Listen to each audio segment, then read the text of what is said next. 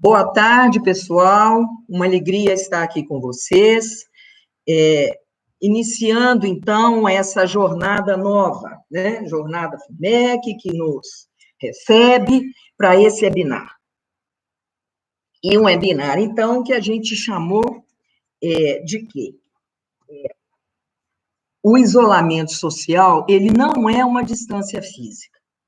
Se ele não é uma distância física, o que é? Né? Então, em termos...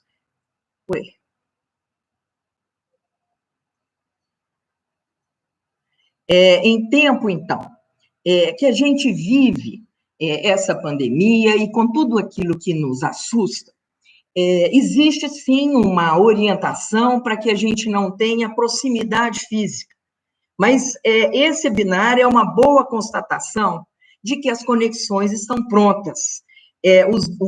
O momento virtual, ele está presente.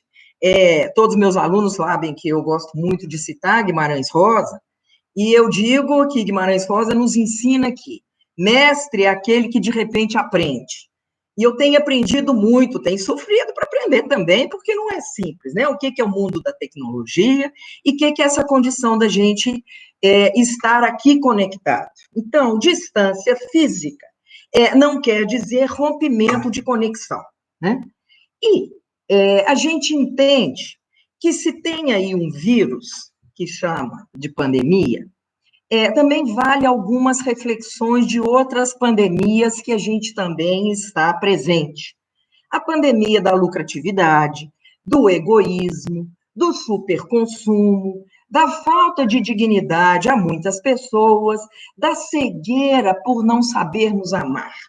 E eu acho que essa é uma questão interessante, porque até há muito pouco tempo atrás, e o primeiro teórico que falou dentro de uma universidade sobre amar foi Léo Buscaglia. E ele, então, quando iniciou os seus primeiros projetos, convidando, então, os seus alunos, seus estudantes universitários, isso, de alguma maneira, foi muito diferente, né? Isso ainda foi século passado. E a gente está aqui dizendo isso. E que, se nós alimentarmos o coronavírus com ódio, com ganância e com ignorância, e especialmente ignorar a nossa ignorância, nós ficaremos cada vez mais fragilizados. Porque vulnerabilidade é uma condição da vida. A vida requer limites, a vida requer respeito, e que se a gente não é capaz de negociar com esses limites e respeito da vida, a gente sai da vulnerabilidade, cai na fragilidade. E quando eu digo até dessa pandemia de ignorar a ignorância, é muito curioso porque característica do século XX era o valor do saber. E as universidades, elas tinham que trabalhar o saber. E o que o século XXI, e especialmente o coronavírus, está nos dizendo, é que o valor não é o saber. O valor é a disposição de aprender. E aí é muito curioso, porque Mark Twain que nos diz, o grande problema não é aquilo que a gente não sabe, é quando a gente tem certeza que sabe. E eu acho que a gente, diante de tantas conexões e tantos embates, nós estamos todos na condição de aprendiz, cientistas, as pessoas, os convívios, e que, então, buscar conexão é uma questão importante. Nesse tempo dessa pandemia, vale muito a gente observar que as nossas mentes, elas estavam confinadas a posições individualistas, aos supérfluos, e muitas vezes nos distanciando daquilo que é essencial, essencial para o bem viver, para a boa vida. E aí, a gente vai observando que esse distanciamento físico, ele também pode ser uma oportunidade para incentivar o desconfinamento das nossas mentes. E essa é a nossa proposta. Eu bebi em algumas fontes para poder estar aqui com vocês e gostaria de compartilhar. A Lia Diskin, que é uma jornalista já premiada e que faz trabalhos sociais e comunitários relevantes. Humberto Maturana, meu epistemólogo de plantão, um biólogo chileno, e que nos traz tantas contribuições e que vem trazendo aí, nos seus 93 anos de idade, webinars conversando sobre práticas reflexivas e coronavírus. E eu acho que tem sido um exercício muito legal, e eu bebi também dessa fonte. Também, para mais de 90 anos, o nosso pensador Edgar Morin, que da França nos conta sobre a complexidade, que essa é a especialidade dele, e compreendendo esse fenômeno como algo complexo, e que, enquanto ficarmos nos debatendo se a questão é privilegiar o aspecto da vida ou o econômico, é um ou outro, nós nos distanciamos de uma compreensão complexa que ela não trabalha por exclusão, mas ela trabalha abarcando a complexidade, aquele que abraça. E o Edgar Morin, ele traz muitas contribuições importantes nisso. Também bebia da água da Lúcia Helena Galvão, que é uma filósofa da Nova Acrópole, e que também nos traz contribuições importantes. E, finalmente, na sequência das pessoas que eu compartilho com vocês, Yuval Harari, que também vai nos trazendo aí algumas formas da gente refletir. E eu acho que é importante a gente avaliar que, se a recomendação, de fato, é distância física, nós, seres humanos, nós, mamíferos, nós necessitamos de convivência. Nós necessitamos um dos outros. Até porque a gente se humaniza, nascemos humanos e essa é a nossa dotação biológica. Mas podemos nos humanizar, e essa é uma tarefa que nem todos os humanos se humanizam, mas nos humanizamos no encontro com o outro, na abertura com o outro, fazendo parte de uma comunidade. E é interessante, mais uma vez, trazer essa noção do que é que essa circunstância traz, porque estamos todos, e o mundo está numa grande comunidade, com características, com aspectos específicos, e pensar em comunidade não é anular aspectos singulares. Somos singulares, não somos matéria para ser clonada, mas, naturalmente, cada um tem as suas características com semelhanças e diferenças. E acho que uma das questões mais violentas que a gente possa trazer em se tratando de seres vivos, não só nós humanos, mas seres vivos e buscando a natureza, é tratá-los todos como se fosse igual. E é interessante, porque esse era o ideário da Revolução Francesa. Liberté, fraternité, égalité. Não somos iguais. E validando as nossas diferenças, nós também podemos reconhecer semelhanças. E esse é um tempo nosso de avaliar de que maneira que a gente pode estabelecer essa questão. E aí, reconhecendo semelhanças e diferenças, isso é o que vai nos definir o que é respeito. E respeitar é saber realmente conviver bem, reconhecendo isso, né? O direito às nossas singularidades. E, na verdade, é uma barbárie simplesmente eliminar a singularidade de cada cultura, né? Buscar uma homogeneização, buscar uma padronização, porque existem condições históricas, geográficas, econômicas, que são definidoras de cada contexto, e a força do contexto é muito importante. Voltando aqui para a nossa reflexão Brasil, nós temos vários Brasis, né? A situação hoje de Minas Gerais, diferente, especialmente de São Paulo, Rio, do Amazonas, de Manaus, o que necessariamente não quer dizer que temos que baixar as guardas, mas ficarmos atentos em condições de contextos diferentes, né? E aí, é muito curioso quando a gente pensa em respeito, porque respeito não é uma definição, né? Mas respeito é um modo de estar, de relacionar. É uma relação com o outro, de tal forma que a gente se sente bem. Esse é um bom indicador de relações respeitosas nessa condição. Então, ela não define, e aí a gente busca e importa do dialeto de Mandela, e eu acho que é interessante a gente se referir a ele, né? Um estadista que ficou preso e foi recluso, de fato, numa prisão durante 27 anos, e que, quando sai, não sai ativando vingança, não sai ativando ódio, mas muito pelo contrário. né, busca compor um ambiente de respeito. E do dialeto, então, original de Nelson Mandela, vem a ideia do Ubuntu. E Ubuntu, então, quer dizer, sou quem eu sou por aquilo que todos somos. É impossível pensar na ideia e, em tese, o indivíduo isolado, ele não existe, porque o tempo inteiro nós estamos em comunicação, em interação. Então, o Ubuntu é exatamente o que permite essa brecha, a restauração, a transformação, ao convívio, a reconciliação. E especialmente tendo aí como referência, né, a história do Mandela, o grande encontro da vítima com o agressor, mas que não se vitimiza e que se coloca numa posição de buscar convívios harmoniosos. Harmonia não quer dizer ausência de dificuldades, e que se essa é a coisa mais sublime entre nós, o sagrado direito da nossa singularidade, acertar essa singularidade é trabalhoso, mas é trabalho contínuo e constante para a evolução de todos. Então, o Butum traz para nós a noção de uma regra ética, focada na verdade das pessoas e das relações entre pessoas. Né? O Maturana, que eu me referi, ele chama, então, de legitimar o outro, que inclui, então, respeito, necessidade.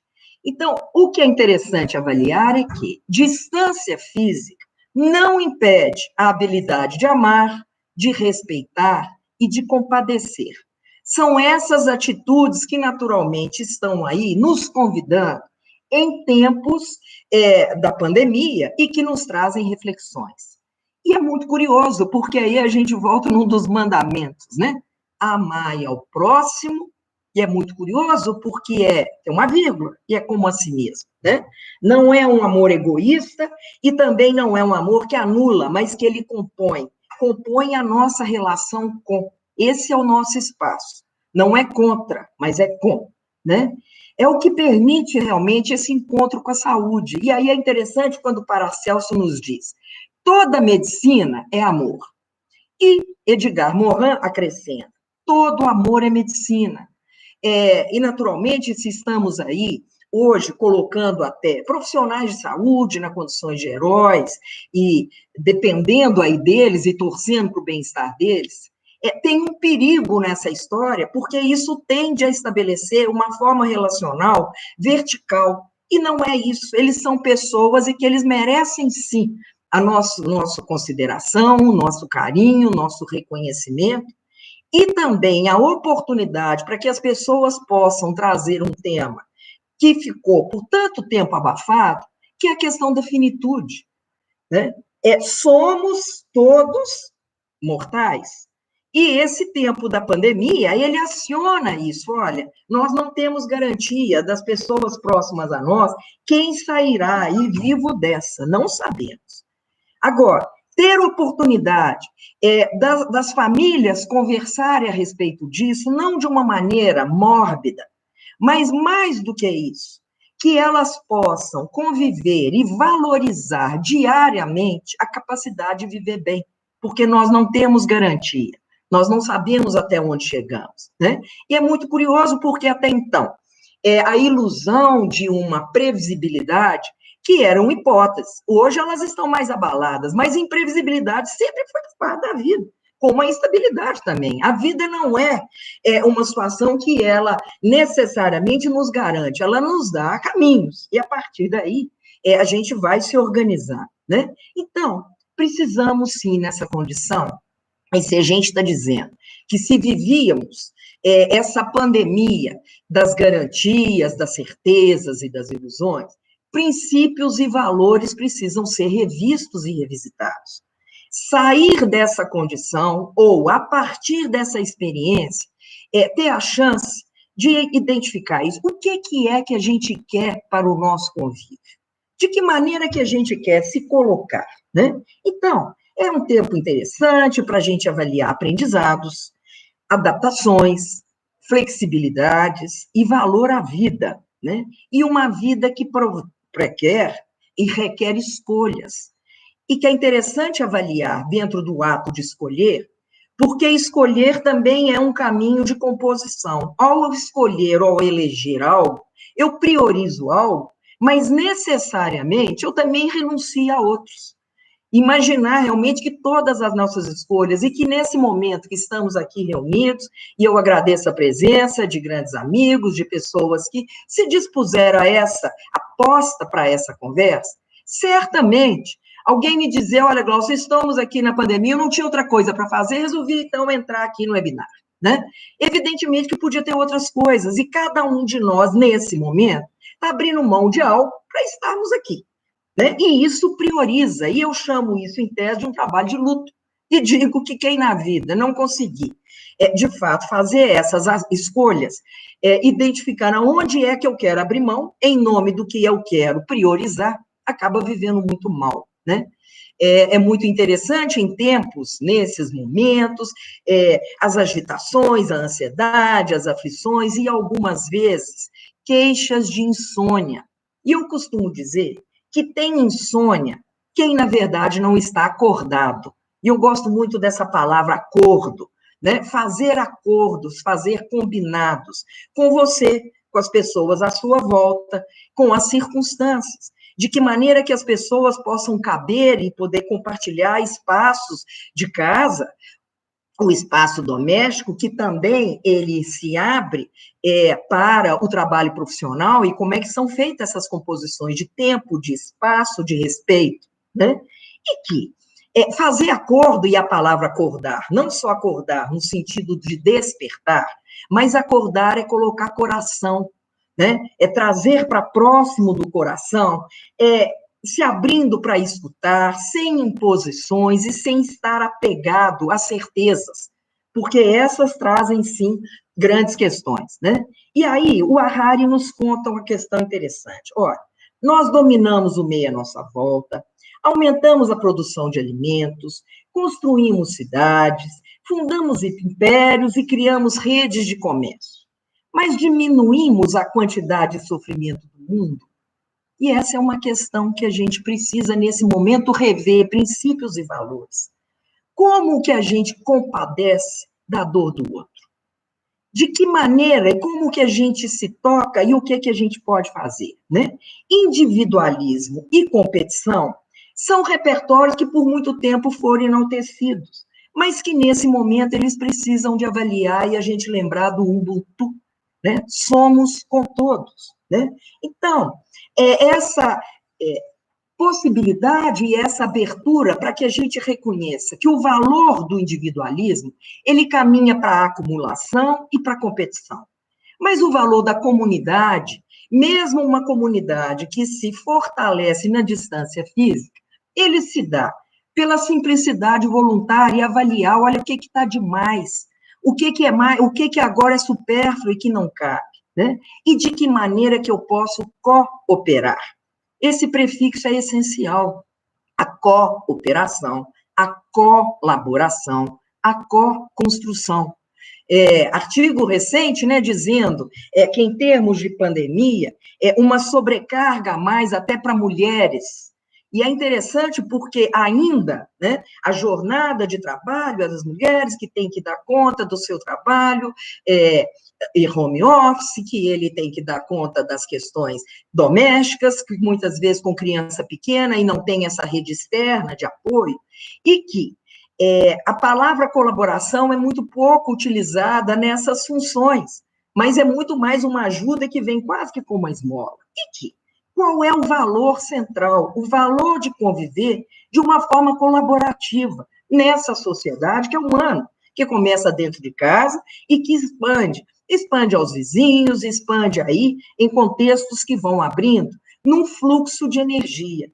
E é interessante gerando realmente essa energia cíclica, conservando a convivência. E eu acho que um bom exemplo é a fotossíntese, né? A capacidade de transformar, a capacidade de receber gás carbônico e nos devolver oxigênio, oxigenar ideias, oxigenar espaços, oxigenar situações que estão acumuladas e, naturalmente, também aprender a respirar. Nós, com o nosso corpo, fisiologicamente, respirar também esse espaço de convívio e estabelecendo. Olha, qual é o nosso propósito comum. Respirar também é fazer perguntas. Como é que a gente vai querer conviver? E é interessante identificar porque existe uma alegria na convivência. E, naturalmente, tem também os seus desafios. E eu faço uma distinção de que conflito é diferente de confronto. Se existem, então, e a gente parte desse pressuposto que somos numa comunidade que também não elimina a singularidade, não somos iguais, não pensamos iguais, né? Se falamos tanto aí hoje do uso da água sanitária, imagina pegar água sanitária e jogar nas nossas roupas coloridas. Certamente elas vão desbotar e perder o brilho, né? Assim como também homogeneizar as relações e anular diferenças, isso também é perder cor. Tá? Agora, o conflito é exatamente essa composição de cores, que não precisa de ser briga, né? Até porque a casa hoje, ela é um lar e que ela é um abrigo, que não precisa de ter nem briga e nem ser por obrigação. Né? Temos, sim, a recomendação de estarmos em casa e podemos fazer dessa experiência um caminho de contínuos aprendizados. Né? Então, essa sensibilidade ao convívio respeitoso, ela não tem a ilusão e nem a ingenuidade que não haverá dificuldade. Agora, de modo geral, a gente convive muito mal com a palavra dificuldade, como se fosse algo terrível, né? E que a gente tem que acabar com ela. A dificuldade é um motor propulsor a contínuos aprendizados.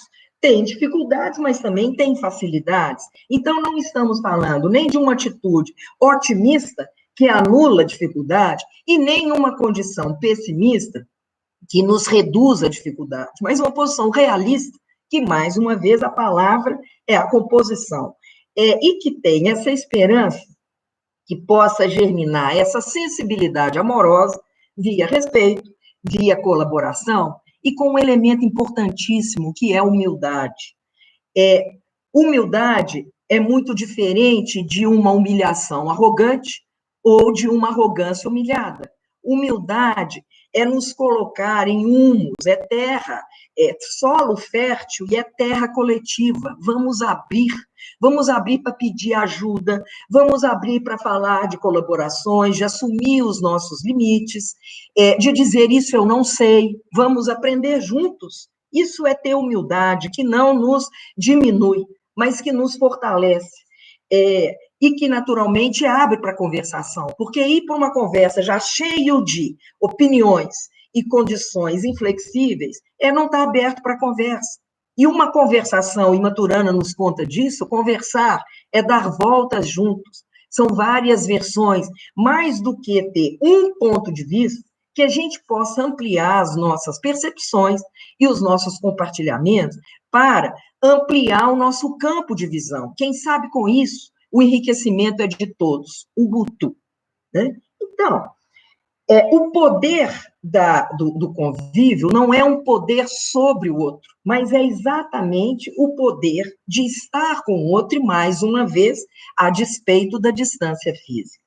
As formas criativas que as pessoas vêm adotando de se fazerem presentes, festas para uma senhora de 80 anos, que as pessoas fizeram uma serenata e estiveram próximas a ela, né? A nossa polícia militar, que canta e oferece a banda da polícia militar, exercitando aí, fazendo, então, uma apresentação para os médicos e para os profissionais de saúde, em frente a um hospital.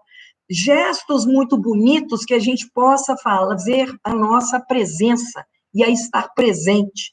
E, naturalmente, criando, então, esse espaço para a cooperação, para fertilizar ideias e poder realmente trabalhar de uma maneira conjunta. A ideia, né, e a metáfora de um maquinista que ele vai à frente, levando aí o primeiro vagão do trem, mas ao lado disso o trem descarrilhou, ele perdeu a viagem. A proposta é que o trem chegue inteiro, né? Naturalmente com as suas junções e disjunções, mas que em nome de um projeto comum. Né? Abrir espaço, então, e retirar e ter humildade de abrir mão das nossas certezas para poder ter novos ares, ares renovados e um contínuo aprendizado, né? E é interessante porque existe o aprendizado da academia, existe o aprendizado da experiência de vida, e muitas vezes o aprendizado até de quem está chegando à vida e que pode fazer perguntas, e que isso cabe, né? Então, vale sairmos desse vírus, né, que nos aprisionou, que nos colocou numa forma de competição, para que realmente a gente possa pensar e linguajar, né? Observando que a proposta não é ser melhor do que ninguém, mas é que a gente possa assegurar as nossas diferenças e, naturalmente, contribuir naquilo que a gente puder, né? Então, a ideia das nossas identidades, que, de novo, não é algo fixo, mas que a gente vai construindo ao longo do tempo. E aí, a Kari Armstrong, que é uma ex-freira, e ela, então, desenvolvendo um trabalho comunitário, ela acabou sendo premiada e ganhou uma quantia vultuosa de dinheiro e que ela propôs que as pessoas se reunissem, organizassem, e ela financiou com o prêmio que ela recebeu, um centro de tradições holísticas, e que a ideia era construir cartas de compaixão. Então, a gente começa a entender isso. Respeitar a diferença, amar ao outro e não fazer ao outro aquilo que não gostaria que fizesse a você, que não repetisse ao outro aquilo que te feriu, isso é uma maneira amorosa, e poder compadecendo, entendendo a benevolência como esse desejo de proporcionar realmente meios para que as pessoas possam estar bem.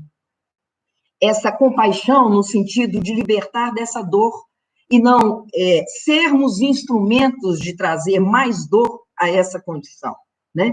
E essa alegria solidária que se compraz com a felicidade das pessoas, e entendendo que não existem privilégios, porque a qualquer privilégio necessariamente também existirá prejuízo, mas que possamos ter uma nova tópica organizada em torno de direitos e deveres legítimos de todos nós.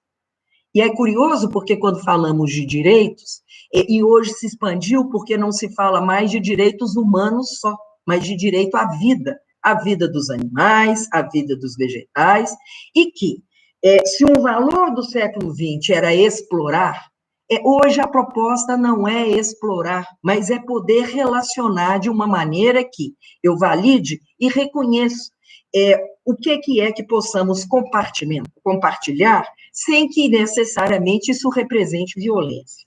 Então, essa também, voltando aí, né, nessa proposta do Confúcio, que vai nos contando lá do Antigo Testamento, não faça ao outro o que foi feito a você que causou dor. Eu quero insistir nisso. Assim como faça ao outro aquilo que você gostaria de receber. Por outro lado, a gente precisa de ter um cuidado, porque é legal que a gente também pergunte de que maneira que eu posso agradar. Porque às vezes a gente pode achar que a gente está sendo ótimo em oferecer alguma coisa para a pessoa e que necessariamente não é ali que agrada, né? Estava atendendo agora mesmo uma pessoa que a empresa que trabalha está num regime de trabalho reduzido, mas que não estão em home office, e ele dizendo que hoje, ao chegar no trabalho, ele estava muito duro com as pessoas e tal, e num ambiente que já não é tão favorável a essa dureza. E eu conversando com ele, e ele dizendo, olha, amanhã, quando eu voltar lá, eu quero levar uns bombons para as pessoas. E ele dizendo, olha, porque chocolate agrada a todo mundo. Eu falei, mas você pergunta para mim, porque eu não gosto de chocolate, né? Se a grande maioria gosta, não é o meu, né? Então, é legal saber isso, né? Aquilo que te agrada, necessariamente, se não somos iguais, não regras para as pessoas, e isso pode ser motivo, especialmente nesse tempo, né, desta distância física, mas também de proximidades com pessoas que estão 24 horas ininterruptas juntos, pode ser tempo, momento aí e abertura para confrontos. Então, aquilo que eu gosto, eu preciso saber se o outro também, se ele quer naquela proposta, né? Então, é muito curioso, porque a Alice, ela nos traz uma condição que eu achei muito legal, quando ela nos conta que uma orientanda dela estava na Alemanha, e lá na Alemanha viu uma pessoa andando com uma camiseta, que atrás da camiseta estava escrito: se amar é a resposta, você pode repetir a pergunta, por favor? E essa orientanda, então, da Alice, ela achou essa camiseta muito curiosa, muito interessante, e trouxe para cá. E eu quero oferecer isso como um caminho de reflexão para nós todos. Qual seria, então, a pergunta? Se a resposta é essa, e entender que amar, mais uma vez, pressupõe respeito, pressupõe essa capacidade de legitimar o outro na sua diferença, né? Na sua impressão digital, né? O que é esse? Então, entender que sofrimento é a gente anular a singularidade. É aquele exemplo que eu estava dando da água sanitária que tira o brilho, tira a cor e nivela, né? E que o propósito, então, não é acumular. Quem sabe se estamos falando de princípios e valores e que se o acumular veio dessa referência individualista, numa referência comunitária, a ideia é avaliar o que é que pode ser distribuído entre as pessoas. Isso é um exercício, né? E é uma ingenuidade dizer nesse momento que se eu salvo a minha pele, eu estou salvo. Isso é uma doce ilusão, né? Então, podemos sim localizar que não há condição de termos a ideia de que bem-estar é olhar apenas para o meu umbigo, ou bem-estar é me anular. Não, de que maneira que a gente pode exatamente fazer essa composição. E entendo que amar, e até faço uma distinção, que amor é diferente de amar, porque muitas vezes a gente entende que o amor é posse, é o amor, o meu amor, e que amar é um verbo que se abre, é uma decisão, e é especialmente o que dá liga para as diversidades. E aí, quando eu mencionei o Léo Buscaglia, e que ele diz, amar é eu poder me abrir ao outro e compartilhar as minhas vulnerabilidades, e ele não usar isso para me atacar. E esse é um caminho de humildade. Ninguém sabe tudo. E que hoje a gente vive essa situação mais uma vez. De que maneira que a gente pode, sim, compartilhar as nossas vulnerabilidades e transformá-las, mais uma vez, em contínuos aprendizados. E aí, vale situar o mistério da vida. Agora, a vida ela não é feita, então, nem de acúmulo e nem de excesso. Mas é poder nos abrir para condições que sejam suficientemente boas. Cuidado com algo que a gente queira se dedicar de uma maneira exagerada, exaurida, excesso, extremo, exibição e exclusão, são 5 S's, 5 X que nos aprisionam, né? Mas que a gente possa, sim, despertar a nossa força de conexão e aproximação ao que é o amar, a esse movimento de atração, e de uma atração que aproxima sem invadir e também afasta sem abandonar. Isso é respirar. Precisamos. E é interessante, eu venho escutando aí as pessoas dizendo, né, que muitas vezes dentro de casa estão perdendo até o espaço de intimidade. Tem vontade de ir, até porque quando eu ia para o trabalho, eu tinha minha sala de trabalho, eu tinha um momento que eu ficava comigo, né? Então, de que maneira que a gente pode preservar esse espaço, né? Porque, naturalmente, isso pode nos colocar e nos favorecer para nos colocarmos, como São Francisco de Assis nos mostrou, ser instrumento de vossa paz, né? Que a gente possa realmente avaliar de que maneira que eu, nessa condição de conexão e de aproximação, eu valido os meus princípios e valores de uma convivência que eu escolho, e, naturalmente, poder conviver com as diferenças sem deformar os meus valores e os meus princípios, né? E é tão interessante, e eu fiz aí recolhendo algumas palavras que elas estão tão presentes e como que elas também funcionam como uma pandemia que nos aprisiona. Por exemplo, somos filhotes da palavra falta e reclamamos muito de falta, mas podemos entender que a falta é apenas um construto da nossa cabeça mental, porque existe presença. Existe uma presença ausente, assim como existe uma ausência presente, mas ela está, mesmo que não se materialize. Né? E as pessoas dizendo, eu sinto falta. Olha, se eu me lembro de alguém que eu sinto falta, essa pessoa já está conectada amorosamente. E que a gente valorize essa capacidade simbólica de poder fazer essas conexões. Né? Também uma outra palavra que a gente escuta muito, né, é a palavra queixa. E junto com a queixa, todas as outras coisas que a gente até já comentou algumas vezes, que eu chamo de muquerela e a muquerelância. É murmurar, queixar, reclamar, lamentar. E que é muito legal que a gente assuma a nossa saúde se a gente é capaz de fazer pedidos, diferente do que queixar. E pedir não quer dizer impor, não quer dizer que você tenha que o outro tenha que fazer daquele jeito, mas é uma composição. Eu tenho um pedido e o que é? Como é que a gente pode, de fato, atender, né, e acatar? Existem situações possíveis e outras não, né? Também é interessante como somos muitas vezes ligados à ideia de que perdi a minha independência, né?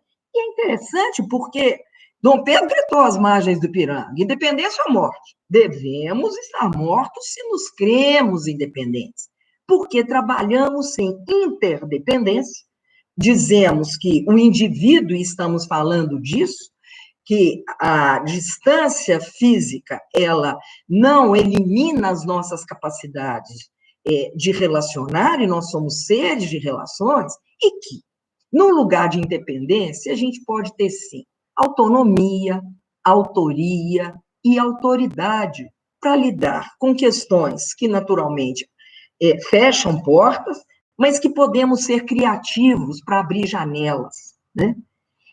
Também escuto muito a palavra solidão. E solidão é diferente de estar sozinho. Se eu me faço boa companhia, eu não tenho solidão, mesmo estando fisicamente sem ter contato naquele momento com alguém. Né?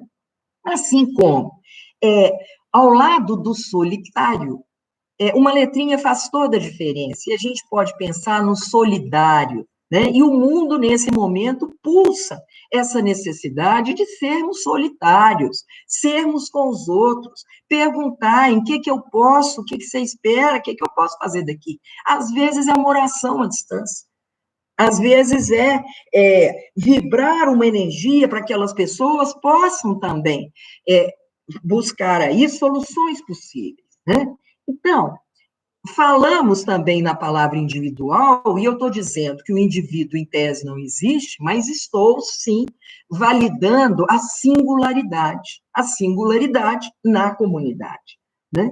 E que uma das situações que nos fragiliza e que nos traz desgaste são as nossas expectativas. Tão maior as nossas expectativas, a chance de frustração é muito maior.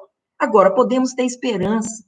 E é curioso, porque se o ditado popular é dizer a esperança é a última que morre, olha, a esperança ela deve ser preservada na vida, né? Que é diferente de uma ilusão romanceada, mas que em torno, não esperança no sentido de esperar cair no colo, mas de esperançar, de nos vitalizar, de nos colocarmos inteiros, ativos, disponíveis para nos respeitar, nos tratando bem, respeitar as nossas relações e respeitar a vida.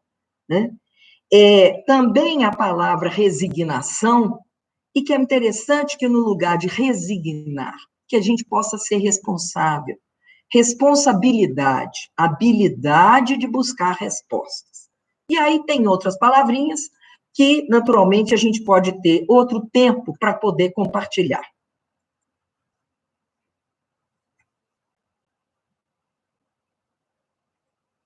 Muito bem. dentro da nossa programação, e seguindo aqui, então, o nosso cronograma, tive 40 minutos aí de fala, agradecendo aí a presença de vocês, e dentro aí, abrindo esse espaço para alguém que queira fazer algum comentário, fazer algum pedido. Se quiser reclamar, fazer o quê, né, minha gente? Mas eu preferia que vocês pedissem, né? E me coloco à disposição no nosso tempo aqui disponível.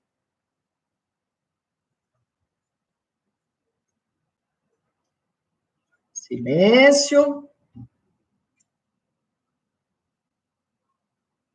Tem aqui o nosso chat, deixa eu ver se alguém se manifesta.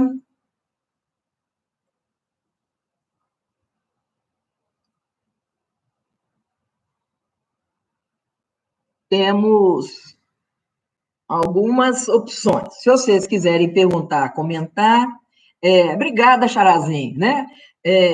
E que quero dizer que existem aí, nós temos ainda um tempo disponível, que eu estou aberta a perguntas, mas temos outras palavrinhas que eu posso oferecer para vocês. Vocês podem escolher. Como é que a gente define aqui? Quer outra live? Tá bom, obrigada. Se eu estiver vivo, né? Eu adoro live, né? Live é estar vivo, né? Esse agora chama webinar, né? Que é esse espaço, mas tudo bem. E quero dizer isso, olha, para mim também foi uma alegria, um desafio poder compartilhar. E que, naturalmente, compartilhar é diferente de dividir. Né? Se eu quero dividir com alguém, eu vou sair subtraído, vou sair com menos par, mas compartilhar a gente pode abrir para o maior. Né? Falamos aí da questão de que a fragilidade ela é diferente da vulnerabilidade, a vulnerabilidade ela faz parte da vida. A Maria Marta está dizendo que quer fazer uma pergunta, mas não sabe acionar. Eu acho que se você escrever aqui, Martinha, eu estou lendo o seu comentário, pode escrever sua pergunta, que eu leio. Ainda sei ler. Vamos ver se a Marta escreve.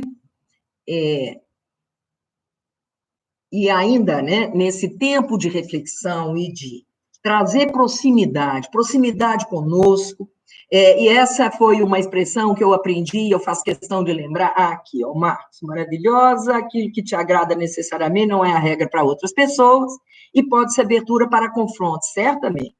Pode me mandar doce de casca de laranja da terra que você me agradará. Ah, você também, será que deve ser a turma que não gosta de chocolate? Né? Doce de casca de laranja é uma delícia mesmo. Aliás, eu tenho uma prima querida que é especialista em fazer, né? Mas quero ainda, no ramo das palavrinhas, dizer como que a gente se aprisiona, e é um grande vírus, quando ficamos reféns de 4 referências que não são vitais. Então, tudo e o nada, o sempre e o nunca. Né? Com essas 4 demarcações que são ilusórias, que são movimentos anti-vida, nós nos paralisamos, e quem sabe assim o nosso vírus, coronavírus, possa ganhar essa guerra, né?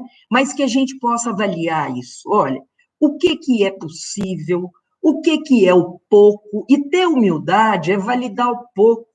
Pouco não quer dizer que vale menos, mas é aquilo que se encaixa, que é o suficiente, aquilo que é prático, possível e passo a passo. São elementos que possam, sim, trazer aberturas para nós, né? O Marcos, então, está dizendo que eu citei aí algumas fontes, eu citei sim. Então, eu citei o Edgar Morin, eu citei o Humberto Maturana, a Liz Diskin e a Lúcia, Lúcia Helena Galvão, tá? E o Harari, né? E o Val Harari. Então, essas foram as fontes que eu bebi essa água, tá?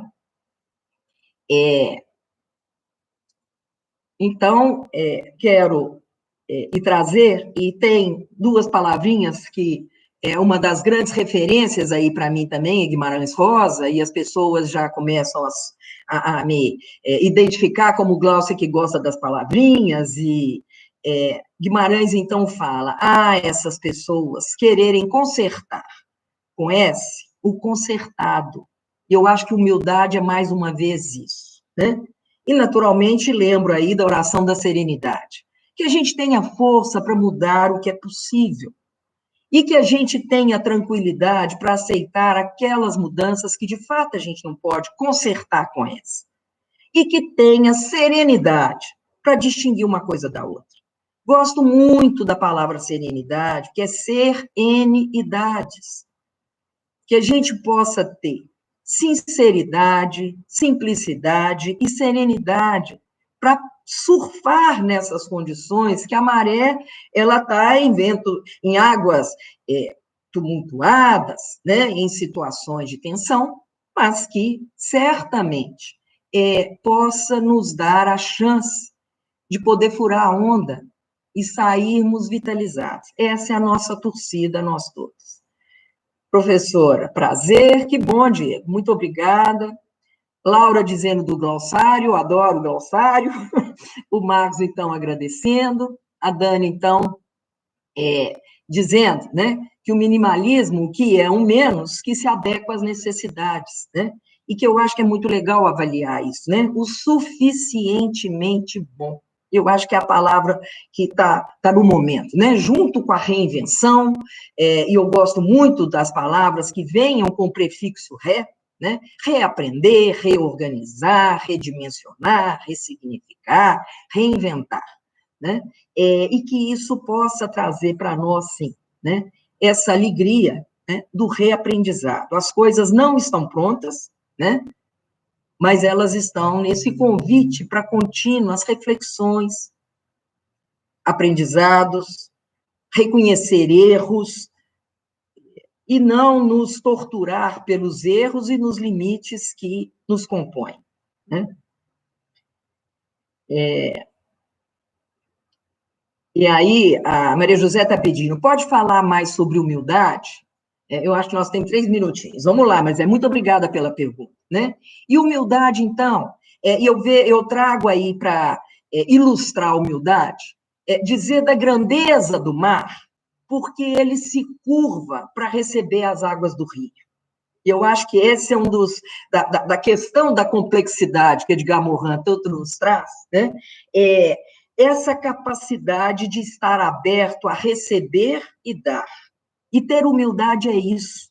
É poder reconhecer que eu posso mudar de ideia, que eu posso mudar de opinião, que eu posso rever condições e é possível fazer ajustes. A vida não está pronta e nem acabada. E isso é, mais uma vez, Guimarães Rosa que nos conta, né? Ela é tecida no dia a dia, né? Lidar com as coisas de uma forma definitiva é a gente estar confinado mentalmente. Humildade é esse respiro mental para poder fazer pergunta. Olha, isso funcionou? Funciona para mim? Né? E aí eu faço essa distinção desse caminho da humildade, porque ele também é um nutriente para o humor. Né? E é interessante porque humor não é sarcasmo, humor não é ironia, mas humor é trazer um toque de leveza para lidar com as situações. Por mais desafiantes que tenha, e ter humildade para dizer, olha, não era bem isso que eu queria, não é do jeito que eu planejei, mas uma vez que estamos nessa condição, o que eu posso aprender? E a gente aprende com humildade. Não é nem na arrogância humilhar e nem na humilhação arrogante. Valéria dizendo que a palestra vai nos mostrando que podemos sair melhores das situações turbulentas e adversas, nos ensinando a ressignificar constantemente, né? E aí eu não posso deixar de brincar com a palavrinha, né? E quando a Valéria me dá aí o tema dos adversos, eu ofereço para vocês e coloco na palavra adverso, não o adversário, mas ofereço a letra H, e dizendo que há diversidades o tempo inteiro. E humildade é poder não brigar, não se opor, não ficar do contra as situações diversas, que podem ser divertidas, que elas possam nos trazer, sim, ampliações, mesmo não sendo do meu gosto inicial, mesmo não sendo da forma como eu imaginei, como eu pretendi. Muito bem. Minha gente, deixa eu saber aqui com os universitários se está na hora de acabar. Eles que me contam. Existem outras questões?